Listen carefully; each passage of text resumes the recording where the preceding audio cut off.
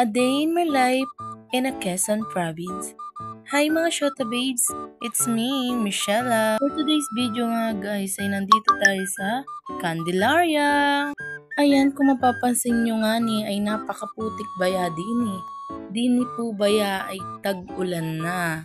Kaninang umaga nga lang po kami nagbiyahe at talagang pagpasok mo pala ang din sa may Quezon ay talagang yanong lamig, ramdam na ang bare months, ay kainaman na.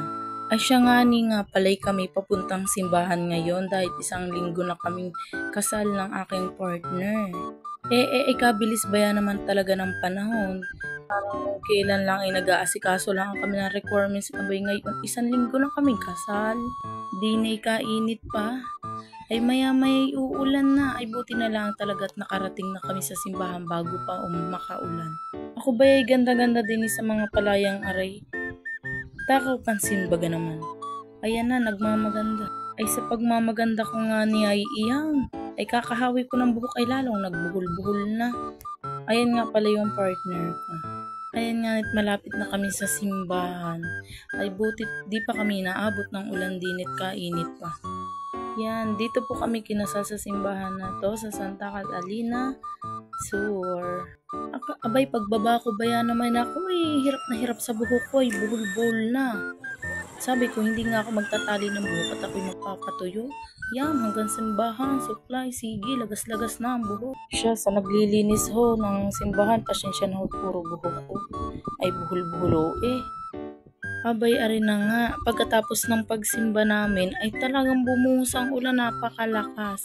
Sabi ko, parang kasarap maglomi. Ay pagkagana rin namang ang lakas ng ulan, masarap pag namang mainit-init, ay na. Kami nga ho ay nagpatila muna ng bahagya din sa simbahan bago kami pumunta dun sa aming paglulumihan. At nang makatila na ng kaunti kami pumunta na dito sa may, ayan, dito yan sa may Kabukiran Lumi House. Ang nagustuhan ko nga ni din sa Lumi House na ay kahit kakaunti ang toppings ng Lumi ay malasa. At dahil nga kabukiran ang paligid nito, kaliwalas baga sa mata, kasarap tingnan. Tapos, dini, kahabang naghihintay kayo ng order nyo, ay may libreng sabaw, diga. Ayan, sabaw yan ng Lomi. Ayan na nga ni, for the higop ang babaihan. Ayan nga palang kain namin ay umagat tanghalian na, dahil alas 2 na ng umaga kami nagbiyahe. At ari na nga ang Lomi sinasabi ko, kahit kaunti ang toppings ay napakasarap. Ayan na nga po ang aming Lomi siya para kumain. Ayan nga at dahil nga kami mga gutom na, hindi ko napansin na against the light pala yung camera. Pagpapasensyahan. At pagkatapos nga namin kumain dyan sa lumihan, ay umuwi na rin kami at baka bigla pang makaulan. Ayan na nga po ang papunta rin sa kanila.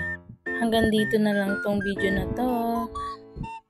Kaya naman follow me, like, and share. Thank you!